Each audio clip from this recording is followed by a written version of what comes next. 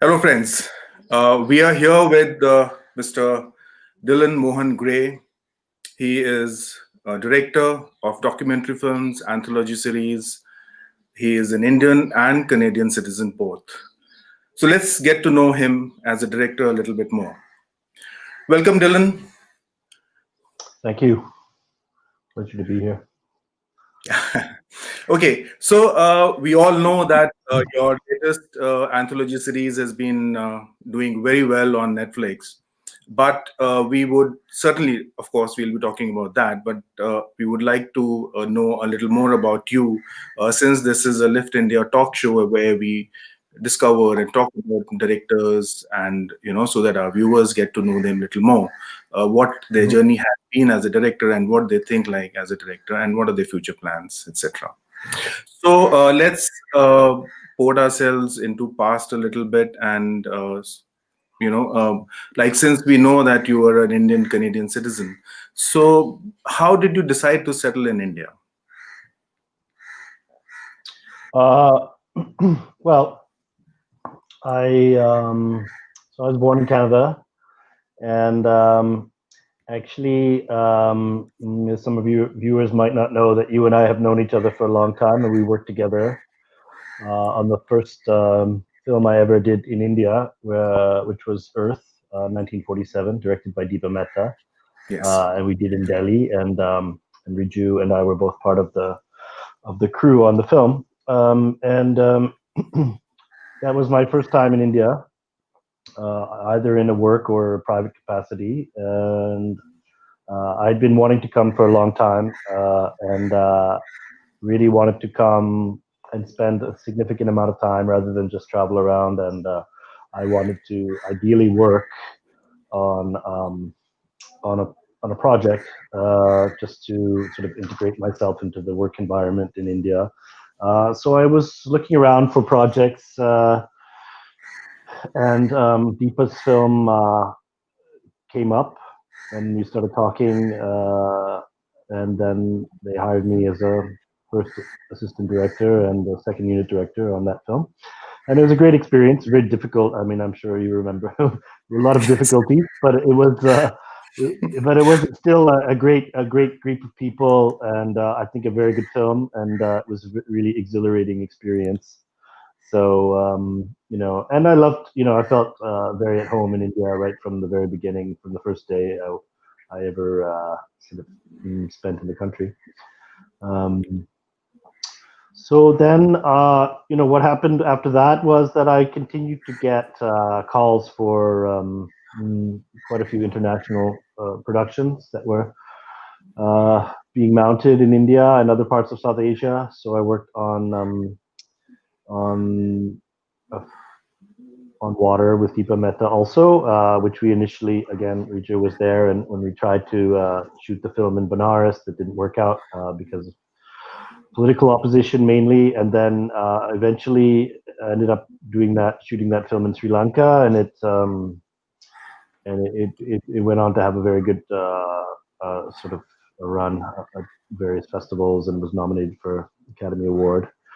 And then worked on some Hollywood productions such as The Guru and Namesake, Born Supremacy, um, some commercials, international commercials as well. So I used to come to India actually quite frequently, usually in the months between October and March, and I kind of look forward to that every year, particularly at the time I was living in Europe, and it was this sort of cold and dismal time of the year in Europe, and it was always wonderful to come.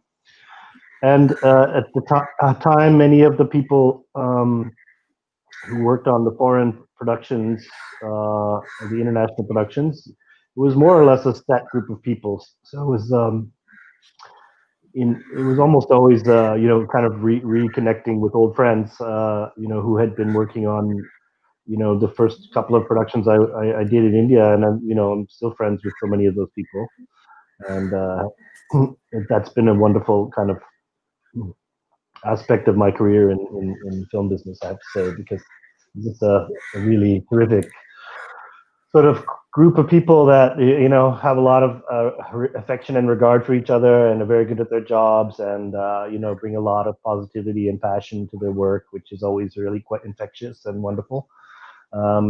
So what ended up happening was that one of my colleagues I ended up getting married to, and she's from Bombay, and so then I shifted to Bombay. I was living in Central Europe at the time, between Budapest and Berlin, and working on a lot of productions in Europe, while at the same time, like I said, coming to India and South Asia, sort of at least for one project per year. Then settled in Bombay around 15 years ago, and we set up a production company. And through that production company, we started producing small films, originally short films. We produced Vikram Matwani's first short film, for example. He's a close friend, and we've worked together on a few projects as well. We did some commercials and corporate films and short documentaries, and then eventually we produced Fire in the Blood through that company. Fire in the Blood, had a great had a great trajectory. Premiering at Sundance, which was an amazing experience, and really the best possible place to premiere a documentary film. I mean, almost all the... Yes, I mean, for Fire and Blood, we have a very interesting trivia which has been mentioned on the IMDb also, which says that a legendary Australian journalist and documentary filmmaker, Mr. John Pilger, has rated the Fire and Blood amongst the 26 landmark documentary films in the past 7 decades. So isn't that quite an achievement? Yeah, well, John Pilger is one of the most, if not possibly the most famous living documentarist, certainly in the top 2 or 3. He's been generally associated with films that have a lot of political punch to them, considered to be, he's Australian, he's considered to be sort of a national treasure in Australia. And I've been fortunate to meet him a few times. My executive producer on Fire in the Blood has also worked with him, and he did introduce us at some point, and he was really a big fan, promoter, and supporter of Fire in the Blood, which was extremely helpful because he does have a huge following and a huge amount of people who respect his opinion, and he's known to be brutally honest and not be part of the showbiz kind of promotion industry in that sense. So if he praises something, then everybody knows it's sincerely meant praise. So I was really touched and honored when he included our film among what he felt were the 26 landmark films of documentary history. That's quite an amazing. It was an amazing feeling for sure. And they did a big retrospective. He curated this retrospective of documentary history in sense at the Museum of Contemporary Art in Sydney, and that was like a really major event in Australia, cultural event there. So that was even better than just being on a list, actually. I mean, because they did actually have a huge amount of events and discourse around those films. And I think actually just rediscovering some really important films that had that maybe younger generations were not familiar with. So, absolutely. I mean, for a documentary film to have a 5-week run, isn't that unprecedented? At the time, it was. We were told that actually, when Fire in the Blood ran in cinemas for 5 weeks, that at the previous longest documentary run was 3 weeks. So yeah, that was pretty. That I have to say, completely unexpected. We really thought it would be 1 week and that would be it. But actually, we had some real support among the theaters, the cinemas. Actually, not everyone. Some of them didn't want the film. They were like, nobody's going to go watch a documentary. But there were certain cinemas, like a lot of the PVR cinemas, for example, in Bombay, in Delhi, and other places, found ways to keep the film in the cinemas, and also we had a lot of innovative kind of approaches to make sure that people who would be able to see the film, especially from vulnerable and marginalized communities. For those who aren't aware, the film is about access to medicine, but it has a very strong narrative line connected with HIV and the quest for HIV medication. So we really wanted the HIV positive community and their allies to be able to see the film, and many of those people are, not. It's burdensome for them to go see primetime films in multiplexes, financially at that, to spend whatever it was at that point in time, $300 or whatever to see a movie. So we made sure that we could get, daytime showings, that we could get foundations and NGOs to sponsor packets of tickets that we could distribute.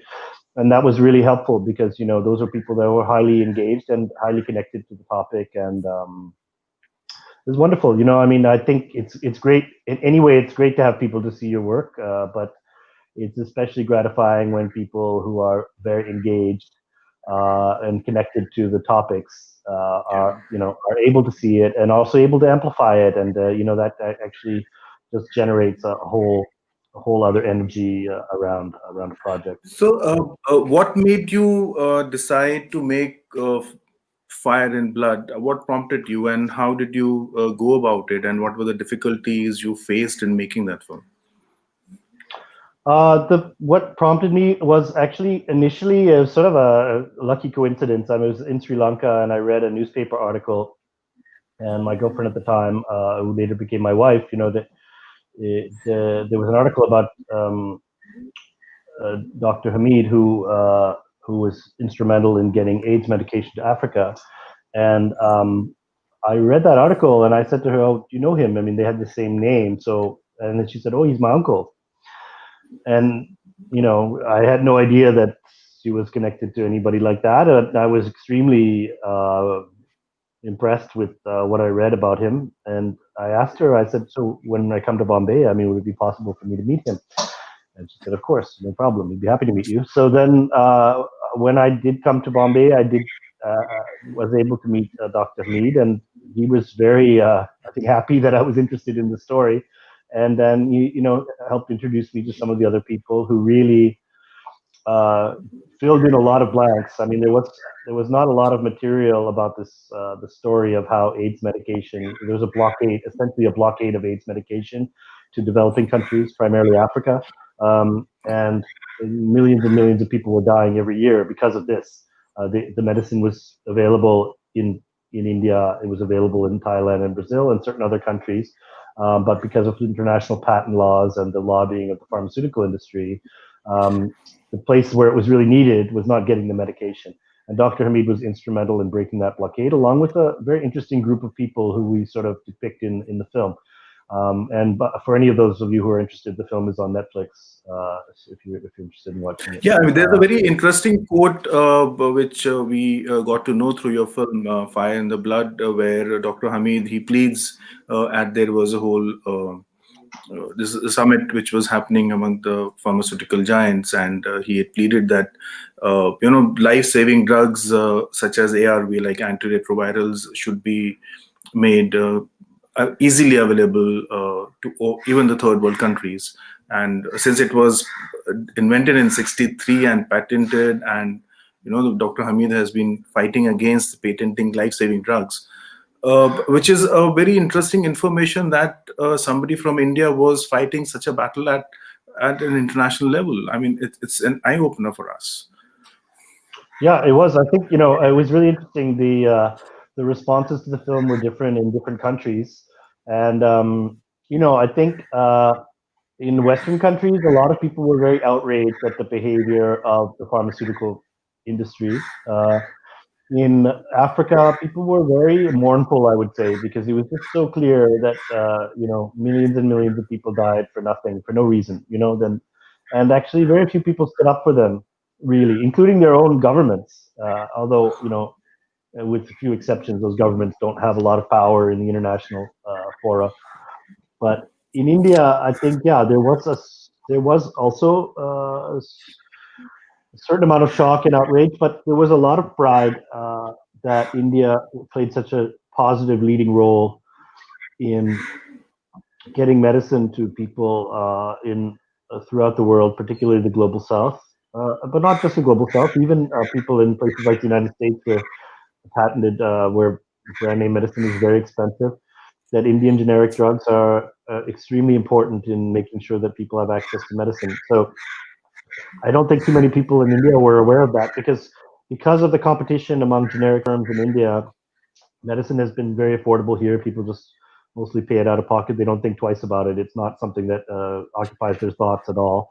Whereas in other countries, medicine it can be extremely expensive, and people sell their houses and do all kinds of extreme things to pay for medicine.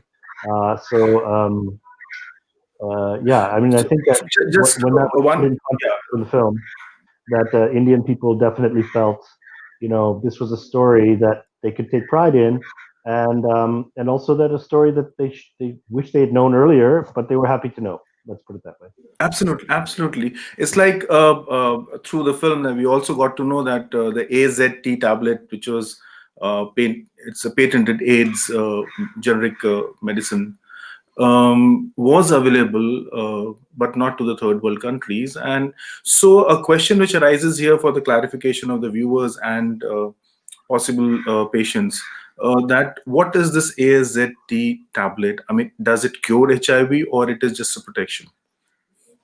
So AZT was an early antiretroviral. In the meantime, has been surpassed with other more less toxic and more effective drugs. But yeah, so essentially, there's no cure for AIDS or for HIV, but it's a highly controllable ailment at this point. So I mean, it's often said that in a way you would rather have HIV than have diabetes or hypertension, in terms of the medicine for HIV is actually highly effective in controlling the symptoms of the disease, and you can lead a very normal life even if you're HIV positive if you take the antiretrovirals. So it's actually probably the most successfully controlled chronic disease there is without having a cure.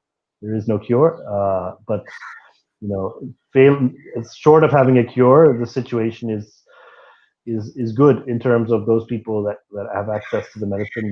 They fare very well, and we show that in the film as well. We show that the lives that people are capable of living when they have access to this treatment.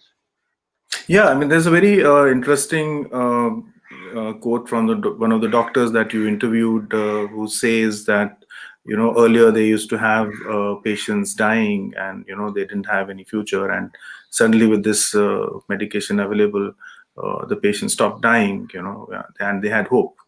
So, which was a very positive information, and that's maybe you can control the disease, but you can't cure the disease. So, do you think that, like today, the world is in, again, uh, wrapped in the COVID-19, and the vaccination is coming around, and do you think this kind of a thing will happen once again? Uh, well, it's happening now already. I mean, quite honestly, there's a limited amount of vaccine available currently, as we all know. Even India being, again, the largest producer of vaccines in the world. So currently, pre-COVID, India produces upwards of 60% of the vaccines consumed in the world. So the Indian production uh, capability is extremely important internationally as well as domestically for this COVID vaccine, because obviously here we have a whole other challenge in terms of you theoretically will want to immunize everybody, vaccinate everybody in the world. So you're talking about around about 8 billion people theoretically. Obviously, many people will not get vaccinated. Some people will not want to get vaccinated. Others will not have access to the vaccine because they're sort of at the end of the line, or they're disenfranchised, poor, or what have you. But billions of people for sure will be vaccinated, and yeah, there's a big competition to get these vaccines, and there's a lot of pressure. You're seeing the richest countries; they're already putting a lot of pressure on their leaders, and they're coming up for a lot of criticism as to the slow rate of vaccination. Even in the U.S., Canada, France, Britain, everywhere. Actually, I mean, I'm sure there are exceptions. I know that Israel has vaccinated a lot of people, but see, a lot of promises were made about access to the vaccine to people in middle and low income countries. But ultimately, what's happened now is that domestically, these leaders are coming under a huge amount of pressure to accelerate the rollout of vaccines. That will mean less access to people in non-rich countries, uh, and it will also mean that you know to, to there could be price gouging. There could be black market. That's probably to be expected. A lot of people expect that, at some point in the near future, countries will start requiring vaccination certificates to travel internationally, which again will likely favor wealthy elites and create a very big black market, which we've seen earlier here in India. I mean, a few years back when there was swine flu and bird flu outbreaks, the basic flu drugs like Tamiflu, that normally sell for, let's say, 900 rupees, 1,000 rupees, we're going for a lakh or more on the black market, so, and not just the black market. I mean, even pharmacies, under the table saying that they didn't have those drugs, but they would be made available for large sums of money. We've already seen it just a few years ago. So I think that will happen. Then there will be spurious vaccines, which will cause deaths. There will be, that will also create an anti-vaccination backlash. So yeah, I think this issue is going to be I mean, emerging. that's quite disturbing in the sense, especially when the government and especially the Indian government has promised that every citizen will get the vaccination, and that also free of cost. And I hope they stick to their words and it happens, and everybody in this country especially gets it. But yes, like you pointed out, that there are other countries which are not rich countries. They may take the beating. It's like they may be It's suffering not just and rich miss. countries. No, I mean, if you look at, for example, I was born in Canada, like I mentioned. See, Canada is not producing any vaccines. They've ordered lots of them, but in Canada itself, there are no vaccines being produced. So that means they're completely dependent on supplies from other countries. Now, those countries have promised. We saw this with the PPE kits as well. They were not producing sufficient supplies of PPE kits in Canada. They had orders. They paid for those orders from other countries, but when the time came, those orders were not delivered because those countries said they blocked the export of those things. Now we'll see that again with vaccines, because right now, if you look at the United States, yesterday had the highest COVID death toll ever, daily death toll. In the last 3 days, more people died from COVID in the US than died in 9/11, Pearl Harbor, and various other disasters. Uh, so, and there's the new strain that seems to be analogous to the UK strain is there. So that means that they will start to say, look, things have changed. Now we have a different situation. So those orders that you paid for, we can't deliver those orders now because the situation has changed in our country. There's a new strain or whatever. So it's not just poor countries, and this is a thing that it's questionable in many cases whether the vaccines, because there are a whole lot of vaccines. There are at least 6 or 7 different major ones. That all these vaccines also as effective as they claim they are against these new variants, new strains. It seems unlikely that they would be as effective. In any case, I think some of the vaccines are only claiming to have 60% efficacy, and if they claim to have 60%, that might mean they have 30%. If they claim to have 90%, they might have 50%.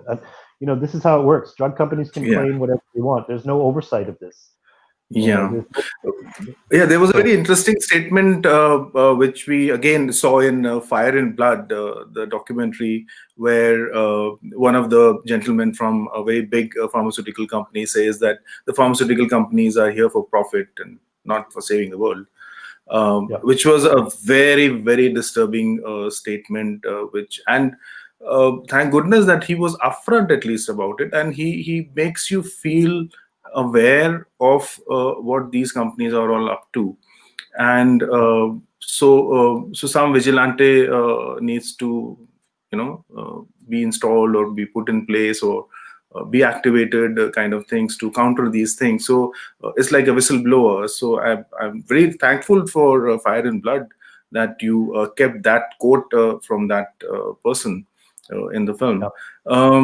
Do you think that if Mr. Donald McNeil had not seriously investigated the whole the ARV thing which was happening, the antiretrovirals would have been made available to the third world countries? Well, it definitely would have taken much longer. A lot more people would have died. I think that's the power of the New York Times, and the front page of the New York Times for sure. So he did a great service to humanity for sure.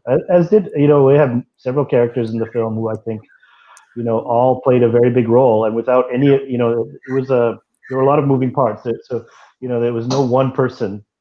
I mean, of course, Indians are very proud of Dr. Hamid, but is a movement of people and a coalition of people that all played their own specific part. And without any single one of them, I think the story would have been quite different. So that's the reason. Actually, in a way, people often ask me, you didn't come from a documentary background. You're working in movies and commercials and stuff. So That was my why did next question to you, in fact. yeah, why did you decide to make a documentary? And the reason was because of the nature of uh, my reading of the story. There was no one person to focus on. There Yeah, was no one line to the story, and also the background. I wanted to make a story, a film that would be accessible to the public, and not just for specialists and experts. And that required, as I mentioned before, most people never thought about this topic before in their life. yeah. So a certain amount of basic background context had to be provided. And I think that, in the fiction setup, that would have been very difficult to do. So this, it just seemed to me, the more I learned about the story and felt that there were things that there were essential elements of it that had to be in the film, it became clear to me that the documentary format was the best one to go with for this story. And even today, Right. even after the documentary, even after Fire in the Blood came out, I was approached by producers who said, "Yeah, how can we make a feature about this?" And I thought about it, and it didn't strike me as, I think, it's more powerful as a documentary. The real people, the real journeys, the facts of the situation are very strong and very stark. They speak for themselves. I mean, I think it would lose power in a fictional setup. Exactly. I mean, there's much more information that you can share through a documentation, and be honest to it instead of fictionalizing it and taking it towards the elevating the entertainment quotient of making a film. Um, Mm. Although you are from a fictional background, you worked extensively on feature films and fictional films, and then taken the documentary route, as you said, because it made you more inclined towards the digging out the information and providing the informations. And there's definitely much more drama in it, and there's much more suspense and the interrogative element in that, which is definitely much more thrilling than a thriller. So yeah. So coming from Fire and Blood, then you moved on to making this anthology series, and you directed one episode, one story on Vijay Malaya, which is for the Kingfisher Airlines. How did that concept come about? I mean, uh, Yeah, so Bad Boy Billionaires was actually pitched to Netflix in the UK, in London, by an in British Indian producer over there. And it was initially meant to be a feature documentary on Vijay Mallya. And Netflix liked the idea very much, but because they are more inclined towards series at the moment, they said, is there a way to make a anthology series out of this, along the lines of some of their very successful anthology series like Dirty Money. Um, so then that was something that they looked at. They developed several other stories, and the decision was made to do the 4 characters, which eventually had films made about them, and with Malia as being the sort of flagship pilot of the series. So I wasn't involved in the series at that point in time. I came onto it after all of this had happened. There was research being done. The series had been greenlit. It was in production. Then they were looking for directors, and my name was recommended to the production company, which was Minnow Films, London. And so we had discussions. I started doing my own research. They gave me a choice of topics. There was also another series that they were doing, which has not been released yet. Then. So you're part of that series as well?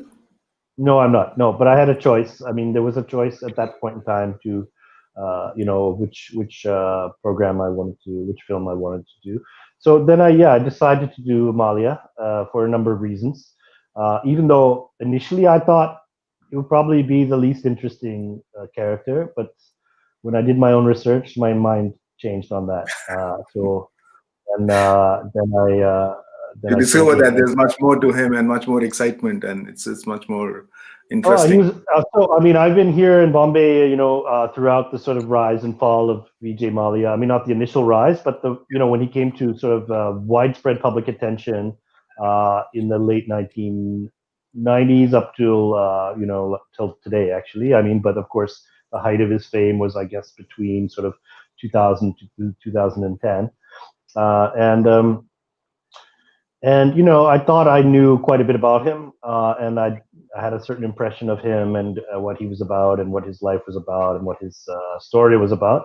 And then when I started doing research and talking to people, it was quite different than what I thought. And then I because I didn't want to do something that was just a rehash of what people already knew.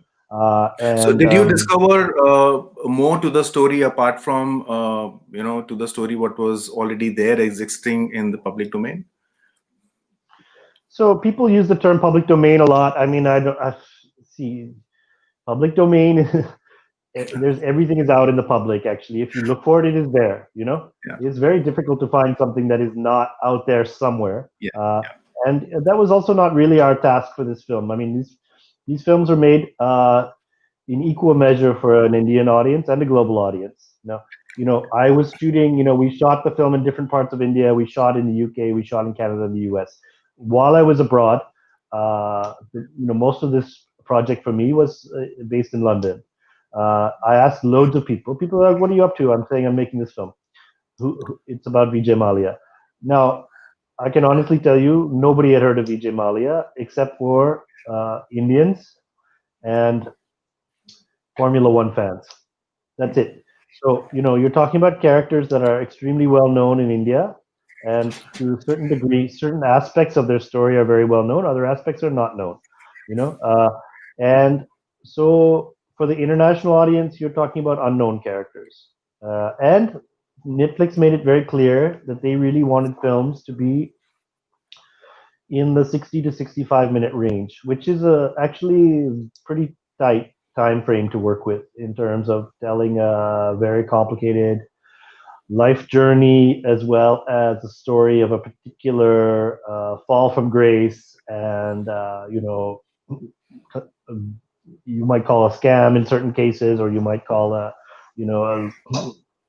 sort of proliferation of legal problems, whatever you want to put it. I don't think in Vijay Mallya's case there was a scam, at least my research and the research team that I was working with, we didn't reach that conclusion. Let's put it that way.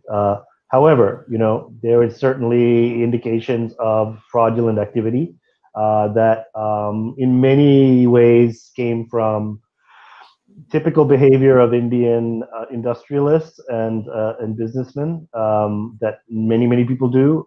It's not an excuse, but I'm just saying, if you're going to convict people on those grounds, then you're not going to have too many industrialists left in the country, for sure, who are out of prison. So his story was quite different from the other three. I think the other three, I mean, this is my personal judgment based on what I've seen, and I'm not an expert on the other three, but there definitely seemed to be much more of criminal intent to defraud either the public or the treasury. So Vijay Mallya's story was quite interesting, but I think that also, he as a man was quite different than I had thought. I had an impression of him as being a sort of intellectual lightweight, party boy, kind of lazy, kind of sort of floating through life, having been born with a silver spoon in his mouth. And that's actually very different than what everybody says about him, including those people who don't like him. That he's a very different type of person. The story is quite different. I remember well that a lot of people thought he didn't have a very good impression of him, and then when Kingfisher Airlines came out, everybody loved it, as you would also recall, and so then they kind of overcorrected. What happened was the people that then people started feeling bad about thinking like he was just a loser, or sort of a party boy.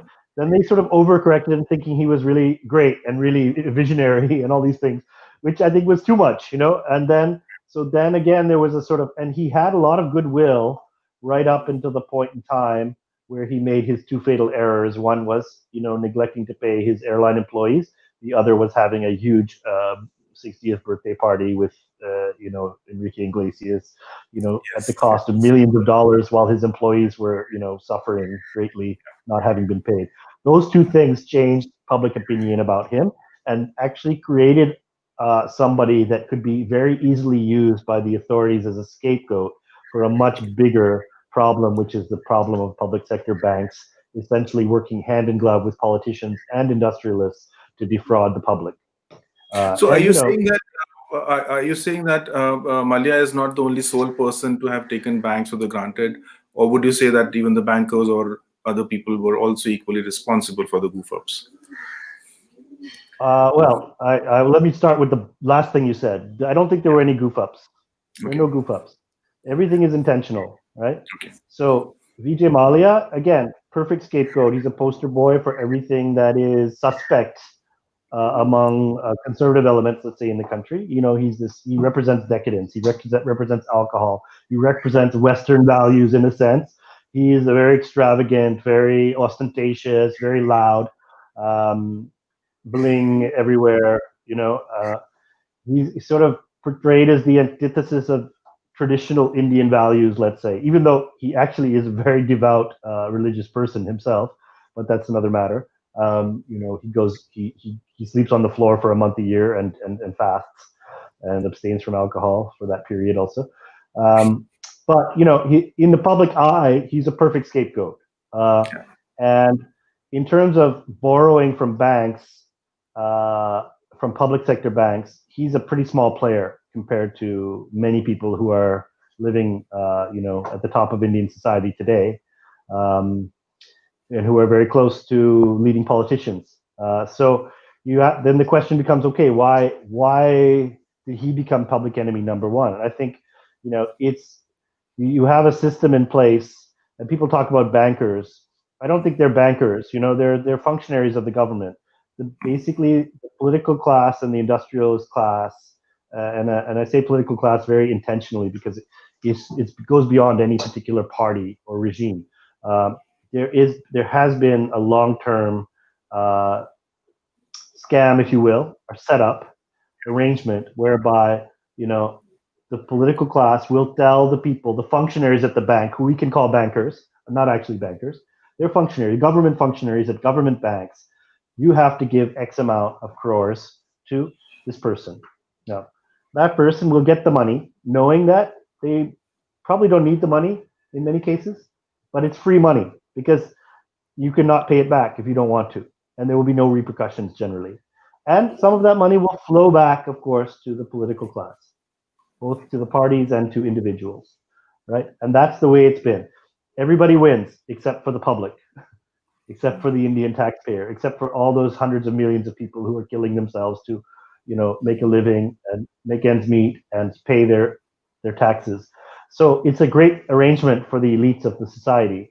But of course, as the banks need to be bailed out, as the numbers get bigger and bigger, from time to time, people, scapegoats will have to be served up. and have to be in the finger of blame will have to be pointed at Vijay Mallya, at a Nirav Modi, or they're very convenient because the bigger fish are people that are largely unknown. There might be some cement group or something like that, steel group, um, and failing that, you can point the fingers, as it happened in the Nirav Modi case, at some low level banker. Because this guy did it. He was getting paid off. He's the corrupt one, right? I mean, it defies So reason and logic. yeah, so the film is not an attempt to absolve these bad boy billionaires, but to put forth certain facts and for people's awareness about the truth. So what I would say is that our films, there are four films, and the reason I refer to it as an anthology series and why I don't refer to them as episodes is because these four films were made very independently of each other. We didn't have any consultations with each other. So my approach to my film can be quite different from somebody else's approach to their film. And we didn't have any guidelines from either from Netflix or from the production company to unify these films. So they're all standalone films. I can only speak for myself. It was not an attempt to absolve anybody. I looked at this film as a human journey, a story of a human journey. And actually, that's one of the reasons why all of us were quite opposed to the title of Bad Boy Billionaires, to be honest, because the title of Bad Boy Billionaire will prejudge the stories. Yeah, exactly.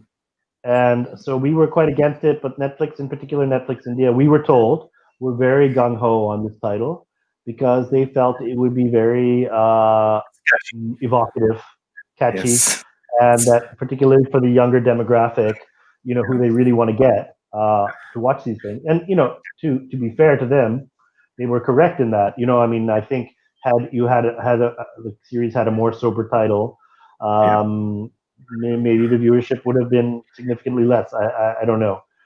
So has the film reached the people or the maximum number of people? Do you have any data with you which could reflect that? Like with the box office, we know, like your film Fire and Blood ran for 5 weeks, so you know that how many Yeah, tickets were sold or how many people saw that film actually. So is there yeah. any statistics available for this? Statistics, I mean, we get from the Netflix rankings. They don't give us numbers. So that we were Bad Boy Billionaires, even though one of the episodes, which is a quarter of the series when you think of it, has still not yet been released because of legal reasons. But the three that were released were number one title in India among all. I mean, not just documentaries and not just series, but a number one title on Netflix India for the most of the month of October. And Bad Boy Billionaires was the most watched documentary title Yeah.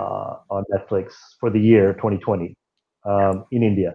And in terms of global, the thing is, until the fourth episode releases, there's not been the decision made to promote the series globally.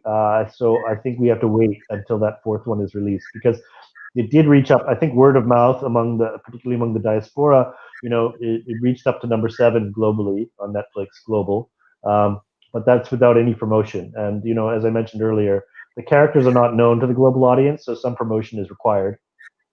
So once the fourth episode release, I hope that there will be international promotion and that the international audience will get to see the films in because as of now it's just been word of mouth, and I think largely driven by, again, South Asian communities in different countries. So I feel that in fact, probably I would hope that most of the audience that this production will receive is yet to come. Let's put it that way.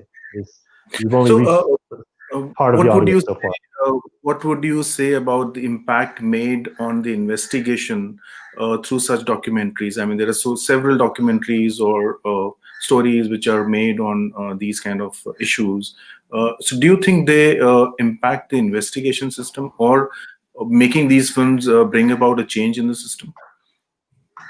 Well, I I think so. Yes. I mean, that's my opinion. I can't point to any concrete evidence of it at this point in time.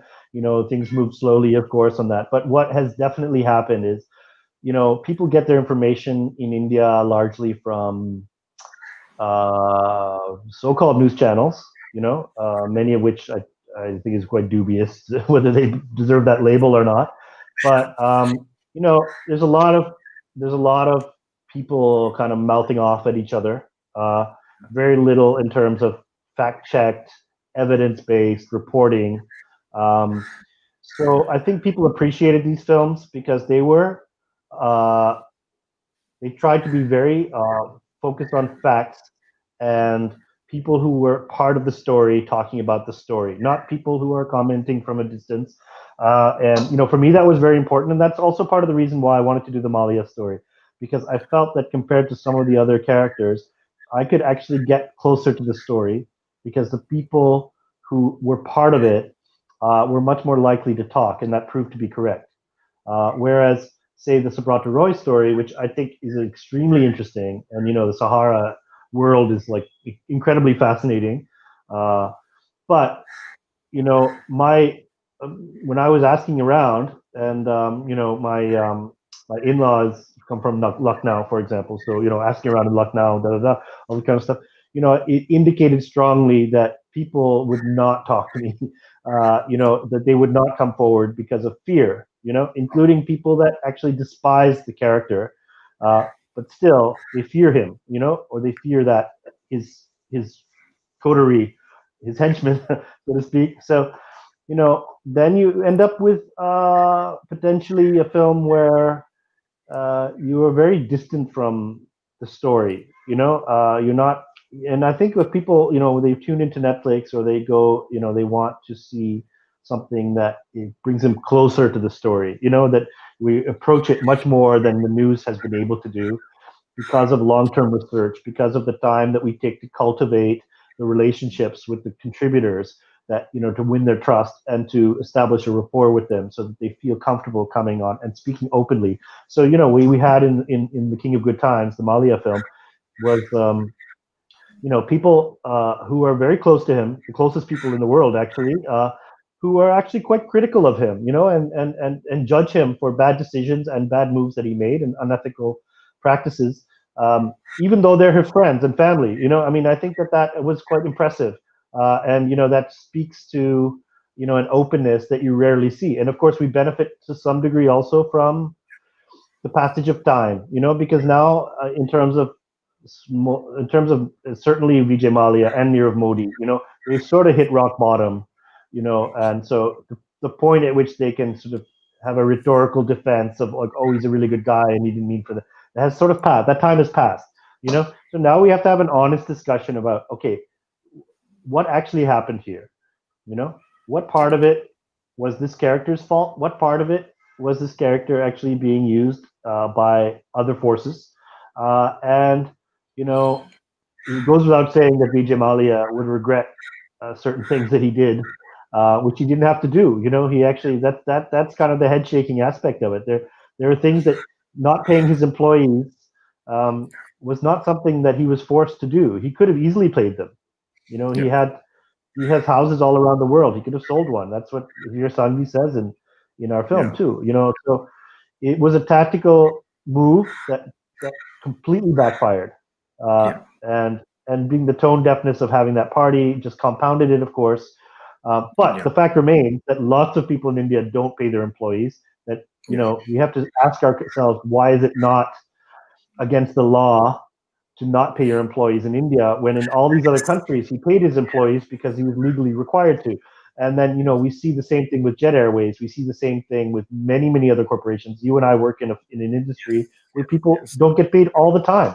In fact, Bollywood they is full of yeah such. they often There's so much of non-payment for the workers. yeah Things don't come on time. Sometimes, most of the times, they don't even come. And people have to settle for less. And so Bollywood is having its own issues, which also need to be, addressed. And we, in fact, since we also host a film festival, and this year in the festival we gave a best documentary film to a film called Living on the Edge, Deglamorizing Bollywood, which talks about this non-payment and the lack of infrastructure for the workers, and especially the workers who are the light men, the setting boys, or the stunt men, and the costume people, or the makeup men.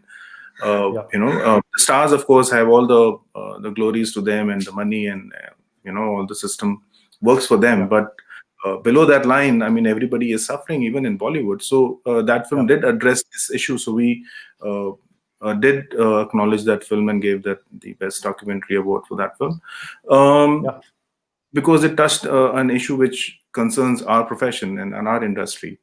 So now moving on to your the new film which you have been working on. I don't know whether if it's complete or when we get to see it, From Durban to Tomorrow. Could you tell us a little about that?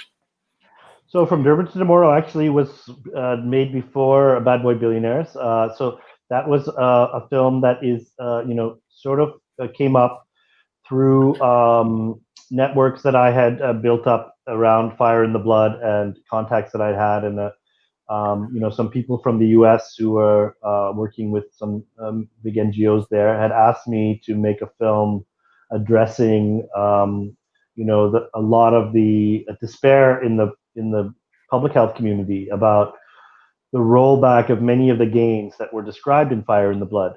Where people felt like, as we described in Fire in the Blood, there was a big people's movement that really awoken the consciousness around access to medicine, and in various other ways, that a rights-based, human rights-based approach to public health had been making progress from the late 1990s up until around 5 years ago. And then what ended up happening is that we started to see a backlash in politics, a resurgence of right-wing populism in many countries. Obviously now Trump has just been hopefully removed from office. We'll see what happens in the next 10 days. But in other countries we've seen, in whether it be our own country, whether it be Brazil, whether it be Turkey and France and all kinds of places, there's been this resurgence of right-wing populism, and Russia, of course. So that a lot of the discourse around human rights has been sort of repudiated, and then a lot of the gains have been rolled back. So From Durban to Tomorrow is really a film, that talks about where do we go from here in terms of the future of human rights-based approach to public health. And the format of the film is that there are 5, frontline activists or advocates from different parts of the world, including one from here in India, who actually talk about their journeys and talk about their thoughts about the way forward. And the idea was that there would be a sort of discourse between these 5 characters, and so that's how that film came to be. And it premiered at the Mumbai Film Festival last year, and it was it's currently running in festivals in different parts of the world, although it's not really a festival film. It's more of an advocacy film, so it's different from Fire in the Blood in that way. I mean, Fire in the Blood was very successful in the festival circuit. I think we did about 110 festivals. But From Durban to Tomorrow is more of an advocacy film, and it's an unusual length. It's a 40-minute film. So it's not going to run in as many festivals for sure, but it tends to be more suited to the human rights and social justice festivals, because the people, the issues discussed are very strongly sort of embraced by those events. So how do we get to see that film? So currently, it's, like I said, it's running in festivals, and I think I'm not the rights holder in the sense it was a commissioned film. So that's a conversation we're having with the NGOs. They've been mostly using it so far, like I said, for events, festivals, and conferences and advocacy work. But I think that hopefully we'll be on one of the platforms during the course of 2021. And then we might just make it also available freely on the internet so that people can use it and discuss it. We've done that already for quite a lot of educational institutions, and when people have asked for it, we've made it available. So if there are groups that want to see it, then we can always find a way to work that out. So that sort of wraps up our session for the day, and I'm more now interested in knowing that are you continuing with making more documentary films, or are you also eyeing in making a feature film? So I have a couple of fiction projects that I've been working on. There's one Canadian project that we've been at for quite a while, and that's sort of reaching, hopefully, a point where we can start,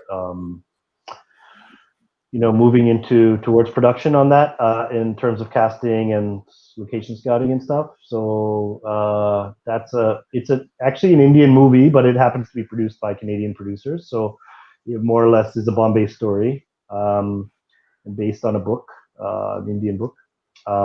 So that I've been associated with that project for about 4 years, but as I said, now it's sort of reaching a point where it looks like something might happen with it soon. And then I was working on a fiction series earlier this year, last year, which is currently on hold. So I don't know if that is going to take off or not, because it seemed like the environment had changed in terms of what the platforms were looking for. So I'm looking at some possible fiction projects, but I don't think any of them are super imminent. There's also some documentaries and doc series that I'm trying to work on, and there's one that I think might take off quite soon, but nothing has been confirmed as of now. So I'm still not sure when my next. Yes, because of the pandemic, a lot of things have gone into the cold storage, and everything is on a pause mode by all the OTTs and the producers and the financiers. So everybody is waiting and watching for the times to get better, and we are also waiting and for the times to get better so that we can have more of live interactions. Because the fact that we are right now talking on internet live chats is primarily a result of the pandemic. And so we have resorted, in a way it has worked better for us because we have connected with much more people than we would have actually connected with during a live event or a live interaction, because it's very impossible to get people from different cities on one platform. So thank you, Dylan, for sharing your time with us, and all the best for your future projects, and wish we work again sometime once again. After 20 years like now. More than 20 years. Yeah, that would be a pleasure. Great. Thank you, Dylan. Thanks so much, Riju. Thank you. Have a good weekend.